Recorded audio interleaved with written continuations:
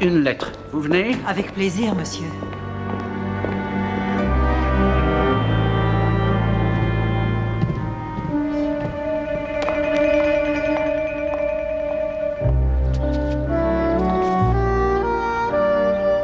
Alors, comment me trouvez-vous? Vous êtes radieuse, madame.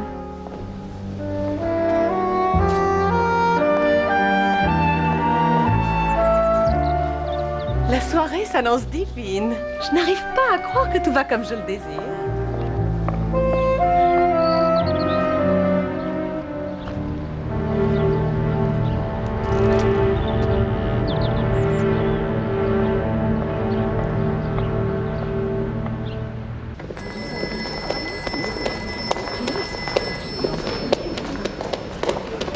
Monsieur. Merci, Capitaine monsieur. Hastings, votre taxi est là. Très bien. Oh, pardon, madame. Chambre 174. Tout de suite, madame Van Duzen.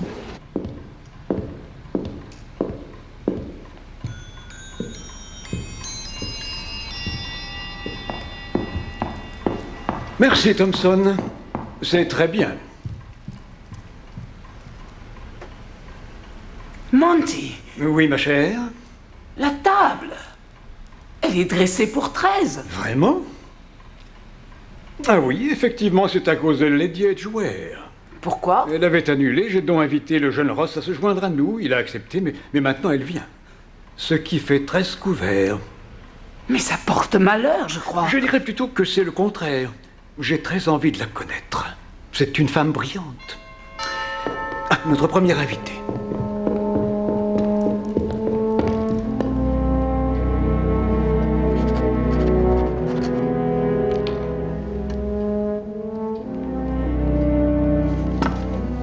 Merci, Miss Carroll. Puis-je vous servir quelque chose, monsieur? Pardon?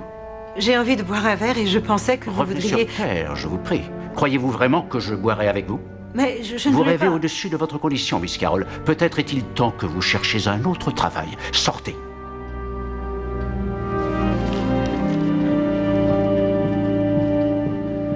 Il n'y a rien de tel que le mariage, voilà la vérité. Le jour où j'ai connu Bella, ça a été comme si je m'étais trouvé moi-même. Et depuis, je suis un homme complètement différent. Je trouve très dommage que vous n'ayez jamais envisagé le mariage, monsieur Poirot. Mais les occasions n'ont pas manqué. Même Poirot a eu des tentations. Un doux péché, mais maintenant, hélas, je crois qu'il est trop tard. Oh, ce n'est pas mon avis, Poirot. Si la femme se présentait, Jane Wilkinson, par exemple. Bon, voulez-vous du vin, mon cher Jap? Une très bonne année. Non, merci, Poirot. Je reste fidèle à la bière. David Ross est un nom qui sera bientôt connu de tous, dès l'instant où il aura terminé sa pièce sur la guerre de Troie. L'action commence dès le début. Elle va jusqu'au cheval de Troie et même au-delà. Le style est un peu à la Sophocle, une épopée, mais modernisée pour le public d'aujourd'hui. Lady Edgeware, on vous demande au téléphone, madame. Moi? Excusez-moi.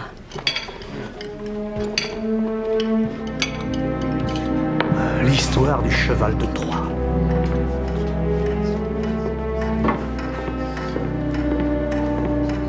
Allô?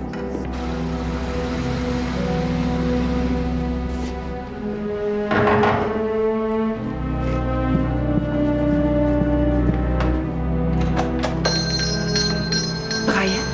Il faut que je te parle.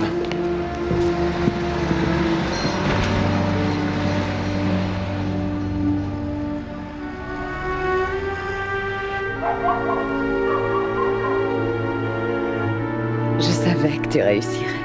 Au revoir.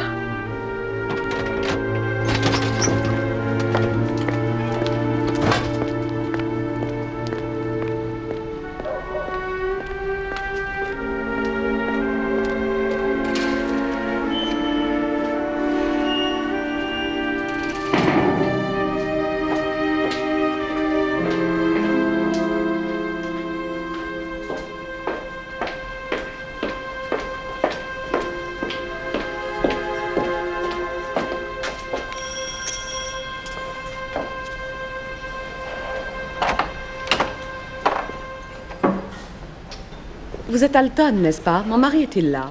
Oui, madame.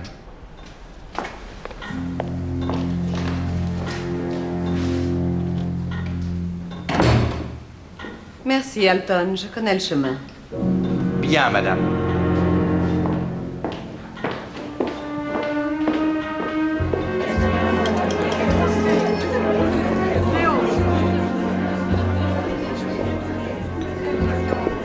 Les Dortmeyers?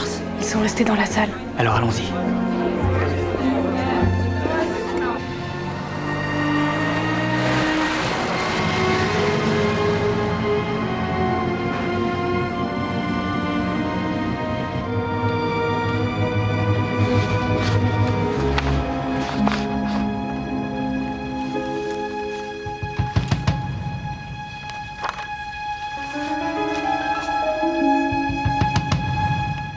Bien, merci beaucoup, Poirot.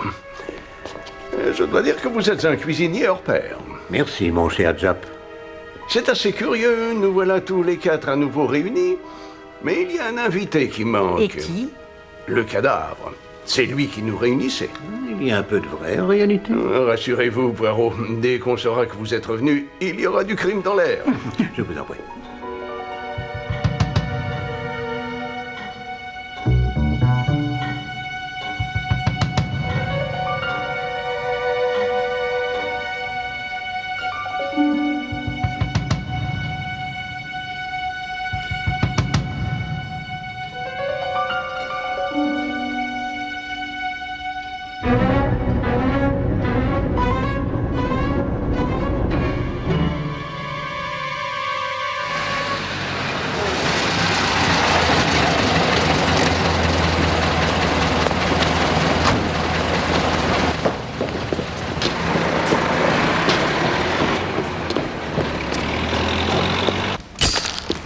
Bonjour, Poirot. Capitaine Hastings. Inspecteur. Vous avez eu mon message?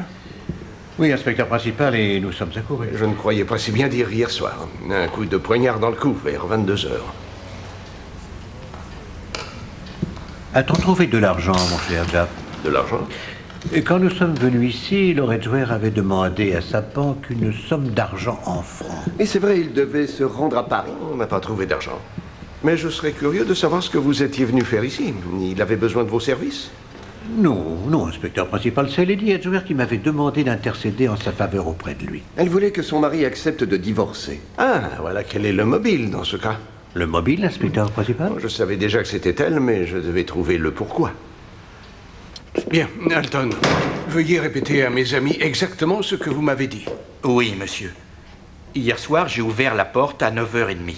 L'horloge a sonné à ce moment-là, c'est pour cela que je suis sûr de l'heure qu'il était. C'était Lady Edgware.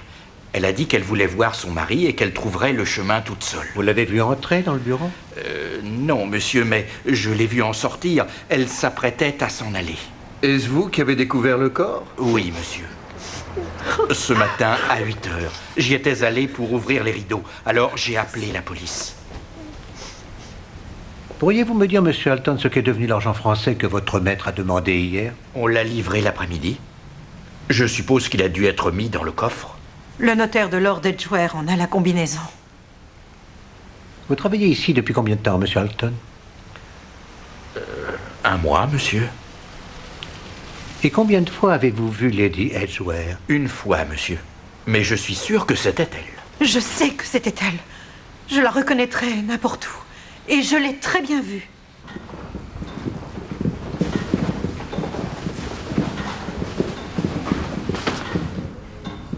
Je l'ai entendue parler à Alton, puis elle a traversé le hall et elle a continué par là. Pourriez-vous me dire comment elle était vêtue, mademoiselle? Elle était habillée en noir, une robe noire, avec des manches à lacets et un chapeau. Son chapeau était noir également? Oui, il était très moderne avec les bords qui étaient baissés. Je vois.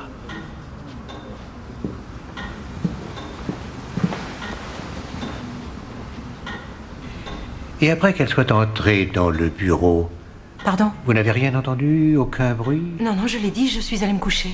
Qui d'autre était dans la maison, Miss Carroll, à part vous et Alton? Rien que Géraldine, la fille de Lord Edgware. Elle est là, dans sa chambre.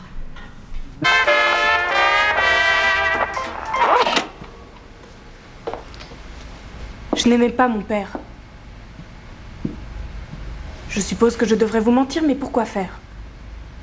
Je le détestais. Qu'on soit venu le tuer me fait plaisir. Et c'est vrai.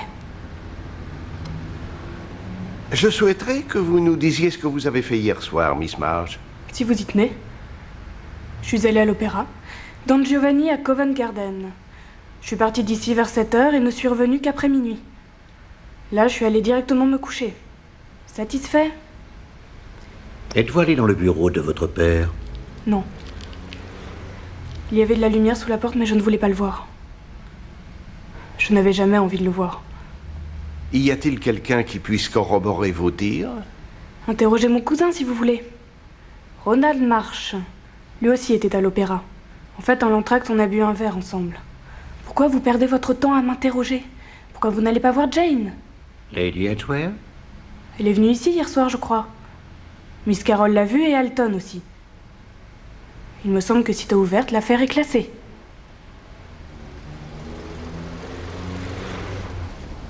Un meurtre? Oui, madame. Bien. Je suppose que... Enfin, je ne peux pas dire que je suis surprise. C'était loin d'être un homme gentil ou quelqu'un de beau. Mais c'est quand même horrible. Nul ne mérite de finir de cette façon.